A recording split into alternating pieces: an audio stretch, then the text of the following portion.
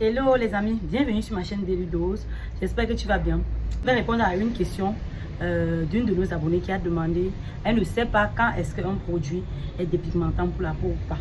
Comme moi j'ai l'habitude de sensibiliser sur les produits dépigmentants, elle va poser donc la question de savoir comment est-ce qu'elle va faire pour savoir qu'un produit n'est pas fait pour sa peau ou pas. Ou alors qu'un produit va la dépigmenter. Parce qu'elle avait acheté un produit, elle de nature, elle n'aime pas les produits dépigmentants. Mais comme elle a dit qu'elle voulait un produit éclat, on lui a donné un produit dépigmentant qui lui a laissé plein de vergetures sur la peau. Maintenant, quand elle me contacte, elle voulait savoir si, comment est-ce que je reconnais par exemple qu'un produit, qu'une crème est décapante. En théorie, il n'y a aucun moyen de reconnaître seulement à la vue ou à l'étiquette ou à la vue simple qu'un produit est décapant. Il n'y a aucun moyen de reconnaître ça. Mais il y a une chose que tu dois retenir, c'est que avec les produits naturels, le résultat n'est pas immédiat. Si on te donne un produit pour l'éclat de ta peau et qui est un produit qui est fait à base d'actifs naturels, ce produit-là va prendre un peu plus de temps pour agir qu'un produit par exemple qui est décapant. Un produit décapant peut faire même une semaine, ça commence à te montrer les signes d'éclat non décapant. Va prendre un peu plus de temps, peut même aller au bout, c'est même parfois au bout même de la 3e semaine que tu commences à avoir des tout petits changements qui commencent à se manifester. Pourquoi? Parce que les produits non décapants, ça prend le temps qu'il faut pour reconnaître la peau et la peau prend le temps pour l'accepter. Pourtant, les produits décapants n'ont pas besoin de prendre ce temps-là. Les produits décapants, eux, ils arrivent, ils raclent la couche, ils raclent, en fait, ils inhibent l'action d'anticorps qui se trouve à la surface de la peau, qui synthétise la mélanine et tout. Ils empêchent, ils se fixent sur les récepteurs et empêchent à ces anticorps de continuer à reconnaître certains types de produits pour protéger ta peau. En inhibant la synthèse de ceux-là, ils vont forcément les laisser passer. Ils vont faire tout ce qu'ils veulent à l'instant qu'ils veulent. C'est ça la différence fondamentale, la première différence. La seconde différence réside dans le fait qu'un produit dépigmentant, la plupart du temps, provoque des vergetures. C'est souvent les vergetures qui sont beaucoup plus larges que les vergetures ordinaires. Donc l'aspect des vergetures là, ça apparaît souvent la plupart du temps derrière les cuisses, au niveau des bras et souvent sur les fessiers et même du ventre. Ces genres de vergetures ont du mal à partir. Peu importe comment tu vas appliquer les crèmes anti-vergetures, il sera très difficile de les éliminer. Souvent, certaines personnes passent par les lasers, les peelings et tout, mais jusque-là, le résultat n'est pas net. Le troisième cas est qu'un produit qui est dépigmentant va te laisser des quintos. Les quintos, c'est les zones qui sont un peu différentes entre les doigts et aussi. Donc, le teint de nature ne sera pas uniforme, que ce soit de la tête aux pieds. Parfois, ça va éclaircir plus le visage et laisser le reste du corps. Les coudes sont très noirs, les entrecuisses sont très sombres par rapport au reste du corps. C'est plus difficile pour toi à éliminer avec le temps. Et le quatrième point ce qui m'intrigue le plus, c'est que les produits dépigmentants sont généralement plus coûteux, plus chers que les produits naturels. Pourquoi? Parce que les actifs dépigmentants sont aussi beaucoup plus chers que les actifs pour production des produits naturels.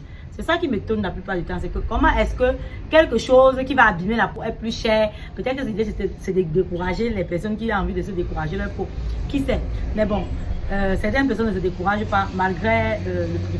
Et également, si tu veux en savoir plus également sur la dépigmentation et des éléments qu'il faut éviter, je te conseille de regarder d'autres vidéos que j'ai postées concernant la dépigmentation. Tu auras plus d'informations. Le cinquième point est que les produits dépigmentants, tu dois rester accro à ça. Si tu sautes un jour sans mettre ou 2 jours sans mettre, les effets se reconnaissent rapidement par rapport aux produits naturels. Ça, c'est un truc. Donc, si tu es malade, tu vas vite comprendre que tu avais affaire à un produit dépigmentant. Parce que quand tu vas tomber malade, si tu es à l'hôpital, tu n'as pas la possibilité de mettre matin, soir. Tu vas voir que le rendu de ta peau au sorti, vraiment, ce sera catastrophique. Un produit dépigmentant également va te faire éclaircir jusqu'à si tu n'arrêtes pas. Alors qu'un produit naturel, dès qu'il atteint le niveau de stabilisation de ton teint, jusqu'à ce que tu retrouves ton éclat naturel, ça s'arrête là. Donc, ne regarde pas si le produit au fait qu'il te donne vite le résultat. Regarde le produit beaucoup plus au fait que est-ce que le produit là, est-ce que à la longue ça va me donner le bon résultat. Privilégie un produit qui te donne le résultat qu'un produit qui te fait action-réaction. Un produit dépigmentant en contact avec le soleil va te brûler la peau. Donc, si tu mets par exemple une crème qui décape la peau, tu te places au soleil, les effets seront rapides. Ça va te créer une sorte de... va bronzer la partie là plus que prévu et ça va te laisser les taches. J'espère qu'à travers cette vidéo, j'ai pu répondre à ta préoccupation et que désormais tu sauras que si tu achètes un produit et qu'en une semaine, le produit là commence les effets de décapage, que ce soit la crème, le savon, la lotion, le gel de douche et autres, il faudra que tu saches que dans ce produit là, il y a des produits décapants à l'intérieur. Donc, il faut arrêter d'utiliser. Pour ceux qui utilisent déjà les produits décapants, je vous conseille de regarder ma vidéo sur les conséquences de la dépigmentation sur la peau. Vous allez peut-être vous décourager en voyant cette vidéo-là. Une autre préoccupation, n'hésite pas de mettre ça en commentaire. Dis-moi également en commentaire si cette vidéo t'a plu et si ça a répondu à ta question. N'oublie surtout pas de t'abonner, de liker et de partager la vidéo autour de toi. Active la cloche de notification pour être prévenu à chaque fois que je vais poster une nouvelle vidéo. Les éclats naturels ne sont pas les produits dépigmentants. On a les actifs éclats tels que la vitamine C, l'acide kojique, qui sont les actifs éclats naturels. Il y a l'huile de la papaye, il y a l'huile de la carotte, qui sont des éclaircissants naturels. Il y a l'huile de citron qui sont des éclaircissants naturels. Ça n'a rien à voir avec les produits dépigmentants. Donc, si tu te retrouves dans une posture, tu as envie de juste d'avoir des éclats sur ta peau, privilégie les produits à base de la vitamine C, à base de l'acide kojique. L'acide kojique tout simplement, pas l'acide kojique mélangé à bêta white ou bien, parce que souvent on prend l'acide kojique qu'on met en avant, mais on met d'autres intrants qui sont en dessous, que si tu lis l'étiquette, tu vas savoir qu'il y a un produit blanchissant à l'intérieur. Je vous ai fait une vidéo où je vous ai cité les différents produits blanchissants qu'on retrouve sur le marché. Généralement, on met acide kojique et gluta. Souvent, on met gluta. Je vois ça sur beaucoup d'étiquettes des produits blanchissants. On mélange l'acide kojique et le glutation pour vous faire croire que ce sont les produits naturels. Le kojique est naturel. On va mettre le kojique en avant pour que tu puisses, lorsque tu vas voir, tu regardes, tu crois que c'est ça. Souvent, même la vitamine C en avant. Pourquoi quand tu vois, tu crois que c'est naturel. Mais au fond, il y a d'autres actifs là qu'on a ajoutés qui décapent. Donc, prends la peine de bien lire la notice. Généralement, ces personnes-là, ils mettent sur la notice. Sauf si tu vas pas acheter peut-être les produits de cosmétiques naturels, cosmétiques fait maison par une tierce personne qui recompose juste.